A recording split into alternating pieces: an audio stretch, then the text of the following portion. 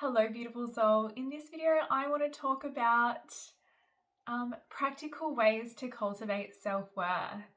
So when we talk about self-worth, what exactly is self-worth? Self-worth is knowing your value even when your external reality doesn't validate that. So you might be around people, you might be in workplaces that don't actually see your value, don't value you as a person. They might put you down or criticize you or just make you not feel valued as a person. Maybe if it's a workplace, you don't get given opportunities to grow or expand. Maybe you're not compensated for the work that you do adequately. Things like this. It can be romantic relationships where the person doesn't value what you bring. Maybe they don't celebrate your wins. Maybe they don't support you. Maybe they criticize you all the time. These are indicators of that. They don't support your goals or what you want to achieve, things like this. And in friendships, it's when you're putting things in and it's kind of not being reciprocated back. And this applies to like workplaces and relationships as well. But if you're kind of always the one that's compromising or always the one that's going out of your way for the other person, and that's not coming back to you, particularly in times of need, that's like a really big indication that something's off and you're not being valued and someone's not seeing your worth. And so, yeah, it's really important for us to cultivate that within ourselves. So when we have a strong sense of self-worth, we stop chasing that external validation. We make better decisions for ourselves. We set solid boundaries, and we also attract healthier relationships into our life. And it's basically the foundation of emotional resilience, peace of mind, success, happiness, everything. Because when we don't have self-worth, we pretty much settle for situations, people, workplaces, relationships that aren't actually meeting our needs. And so that's ultimately going to result in being unhappy, unfulfilled, all of those things. So in practical steps, the first one is to start keeping your commitments to yourself. So if you say to yourself, I'm going to exercise today or this week or whatever you say to yourself, actually go. If you say that you're going to eat healthier, do it. Make it happen. If you say you're going to journal every day this week and say a few things around gratitude, what you're grateful for, then do that. So when you start following through on your commitments to yourself, you start proving to yourself that you're reliable, you're stable, and you're consistent. This is really important. So when we can be that for ourselves and when we show up for ourselves consistently, then it's really obvious when other people or situations around us are not doing the same. So this is the first one. So the next one is to undertake an audit on your inner dialogue. So we can be really harsh towards ourselves, particularly if we've grown up like I did in a family dynamic where criticism was kind of really quite strong in terms of what my parents said to me and how they spoke to me and their expectations of me. And so I grew up doing that to myself, like talking to myself like I was never good enough. I should be better, I should be better looking and skinnier and whatever the case may be. So I went years sort of speaking to myself internally in this way. And so I think it's important to notice how you're speaking to yourself and then also replace those negative things that you say to yourself with something positive. So instead of I'm not good enough, it could be I'm learning and growing, and I need to start somewhere, and that's okay. Because what we say to ourselves shapes our reality. So if we're constantly criticizing ourselves and speaking to ourselves in that way, in a negative way, then it's like the external reality is only going to reflect that back to us, and often we'll attract partners or people around us or workplaces that do the same. So yes, the next thing is definitely to audit inner dialogue and start turning that around and speaking to yourself more positively, like if you were trying to comfort someone else. I think that's a really good way to kind of start. It's like, would I say this to a friend if they were feeling down or whatever? No, you probably wouldn't. And so why would you do that to yourself? The next one is setting boundaries without guilt. So this is also very important. Saying no does not make you selfish. It makes you self-aware. So when you know what your boundaries are and you can express that and you can establish that, you're basically setting yourself up for positive, healthy, happy situations. When we don't have good boundaries, we're letting things through that really shouldn't, that disrespect us, that make us feel unhappy, that make us feel resentment, things like really toxic kind of feelings like this. And so setting boundaries are a way for us to protect our energy and also reinforce our value. So the next one is celebrating our wins. This one's really important.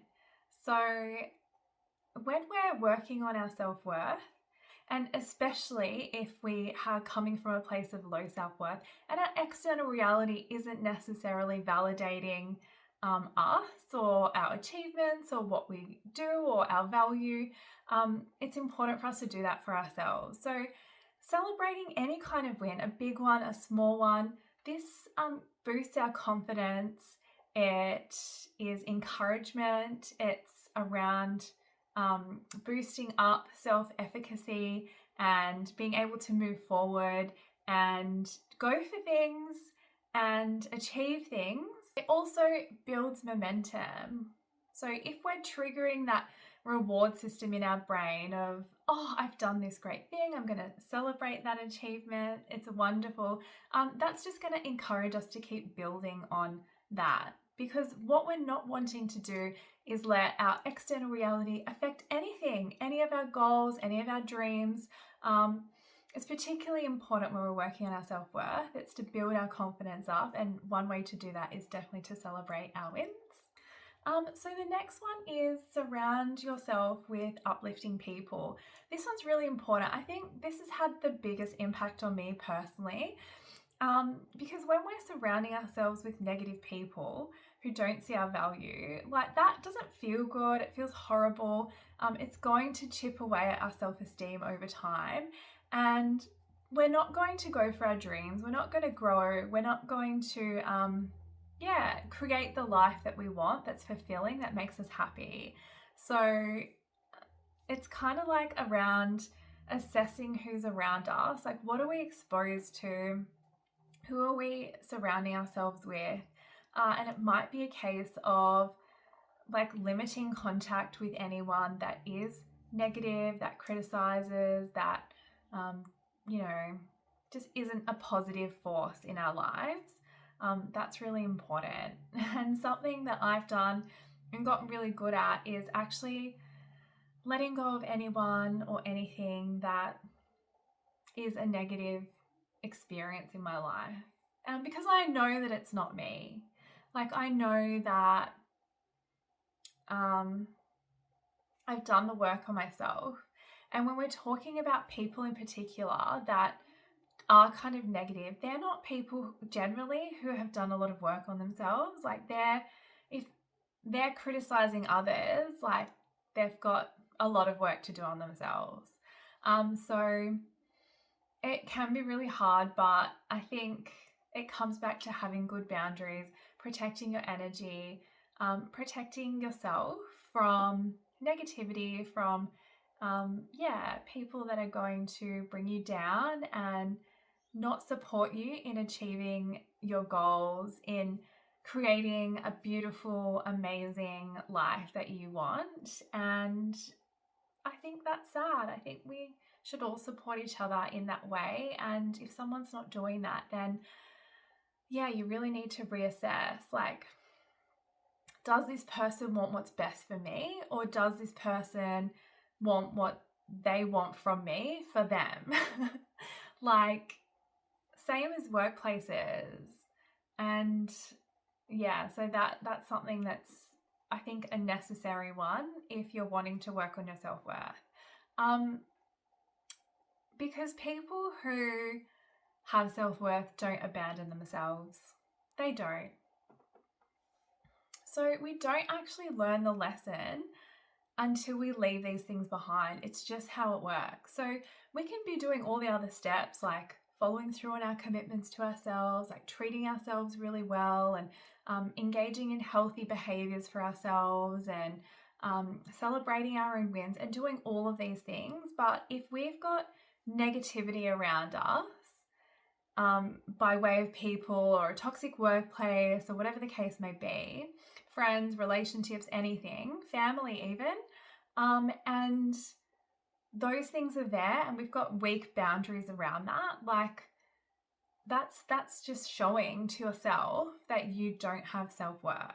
Like, someone with self-worth isn't going to tolerate that, and we know that within ourselves. Like, we know when we're abandoning ourselves, when we're putting other people, places, and things that are not healthy for us, that are not for our highest good, above our own needs, our own desires, our own health, our own well-being, things like this. So we don't get to have good self-worth if we're tolerating poor behavior from people. It just won't work.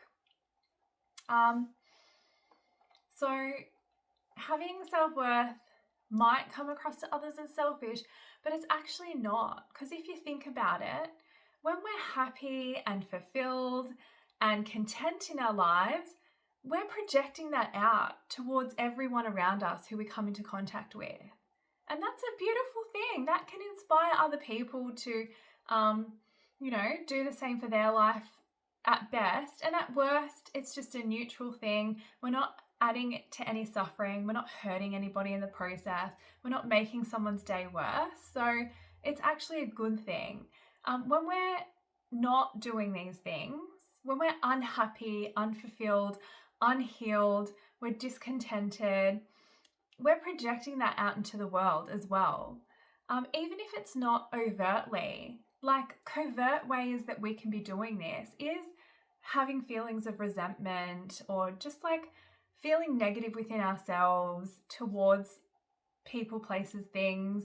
And that just leads to more suffering and more pain to everyone involved and the world around us. So it's not selfish. And so at the end of the day, we just need to make an assessment of these things, like who's around us being negative. Can we do something about that? If you're a 3 a.m. friend like I was, are your closest friends that as well? Like, it can seem kind of harsh, but it's actually not. And I think a lot of emotionally immature people will detach by just like cutting someone off because they don't like the one thing that they did or said. I'm not talking about that. I'm talking about consistent patterns of behavior where you have enough evidence to know that these people or situations are just like not serving your highest good, and then just making an assessment in terms of how best to let that go out of your life. It doesn't have to be an explosive argument where you cut them off or whatever. It can just be the decision to detach your energy, move in another direction. I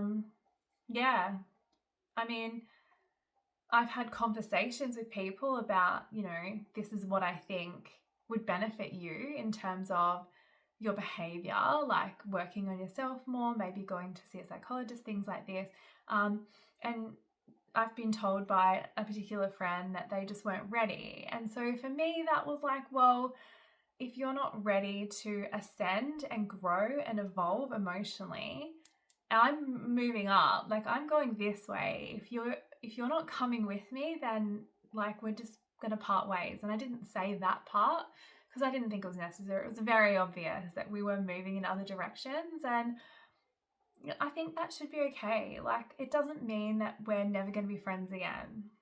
It just means that when we're evolving and growing and we have good self-worth and we validate ourselves, and we want reciprocal energies in our life, and the other people around us don't want that, they don't want to grow, they're probably tolerating poor behavior and poor things for themselves as well. Like, they've probably got low self-worth too. That's why, you know, we find each other probably. Yeah, then that's okay. Like, it's okay to grow apart. It's okay to grow together and move in the right direction. Like, we can't expect other people to do the work. Like, that's controlling behavior. That's not fair. Like, everyone's on their own timeline. We all have free will. If someone, you know, who we deeply care about isn't willing to do the work, that's their choice. Like, all we can do is control our own choices in our own life. And so that's why learning to let go and detaching is really important. It's not about, trying to bring everyone with us. Like, some people are just not going to be ready because it's like, it's hard. It's confronting. It's difficult work, and not everyone is going to be ready for it, or people might need, you know, to do that in their own time, and that's okay as well. But we can certainly choose what behavior we tolerate. We can choose what we do with our own lives. So, and this is the case for jobs as well. So I stayed in a toxic job for way too long because I was so depleted. I was so burnt out. I was constantly in a state of stress, and it's like a really difficult, it's really difficult to make good choices when you're in this state of stress, fear. I just, don't think anyone should be making big decisions when they're not in a good frame of mind. So I did leave that situation, and it's been a year, and I'm so much healthier and happier. I'm way more content. I just feel so peaceful. My life is drama-free, and I also believe in myself and the possibilities again, like the possibilities in life. So if you're wanting to cultivate better self-worth, I would recommend trying these things, and they've definitely worked for me. And I really hope this has helped someone. I love you. Bye.